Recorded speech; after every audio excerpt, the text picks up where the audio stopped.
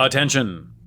This is an automated emergency broadcast. The facility has sustained critical damage. Structural integrity may be compromised. Please evacuate immediately.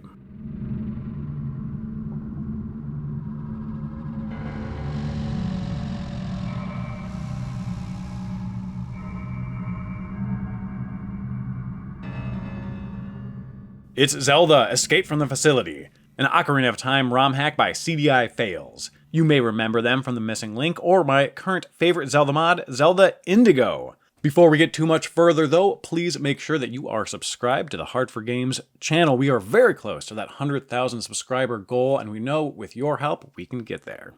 Escape from the Facility was an entry into HylianModding.com's escape room competition, where every entrant creates an Ocarina of Time ROM hack with a focus on escaping to safety.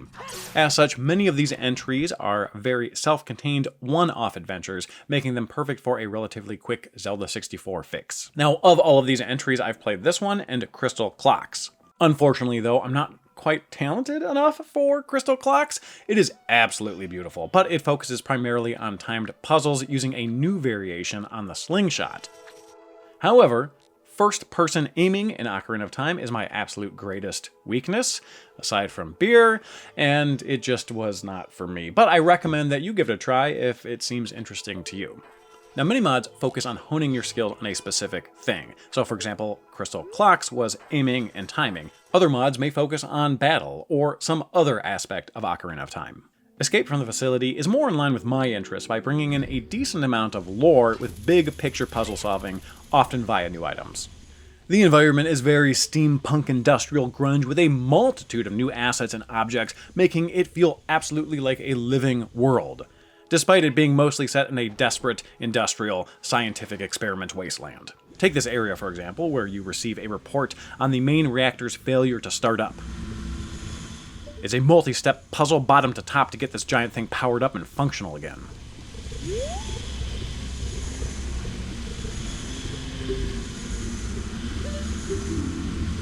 Even the occasional greenery is just part of the Hyrulean's experiments, as you'll soon realize. Yes, you are navigating a hedge maze, but it is still in a warehouse. There is some relief from this, however, with other environments to mix things up. Often, though, the other areas are simply separate testing locations for the Hyrulean scientists. Which brings us to the items. Among others, what we functionally get is a new Zora suit for swimming, and one of the best new items I've seen in a Zelda mod, the Booster Gauntlets. I love it when a modder creates their own items and puzzles centered around said items. Between that and the industrial art design, it begins to feel like its own thing. Now, obviously, it's still Ocarina of Time, but it's distanced itself enough to feel very, very fresh. Or, should I say, rusted and decayed. Now, if I were to level some critiques against this mod, they'd be relatively minor. Some places where the camera didn't like the geometry, or where I got stuck because I used the booster gauntlets and then had to boost my way out.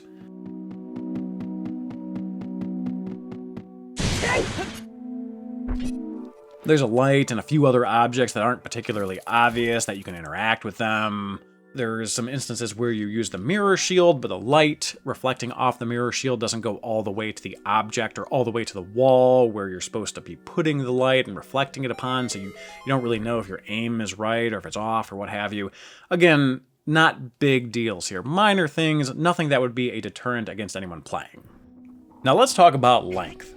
If you preemptively knew how to solve every puzzle in this game, it'd probably take you about 45 minutes to max an hour to complete.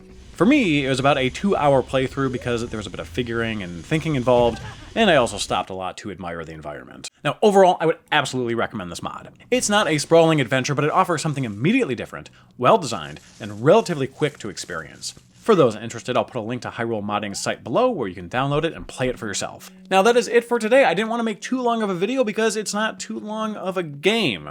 If I showed too much more, I feel like I'd be kind of entering into spoiling the whole thing territory. So thanks again everybody for watching. Thank you to CDi-Fails for creating this amazing mod, and again, if you haven't already, please subscribe to the channel. We certainly appreciate it. Hope to see you all back for the next one. Cheers.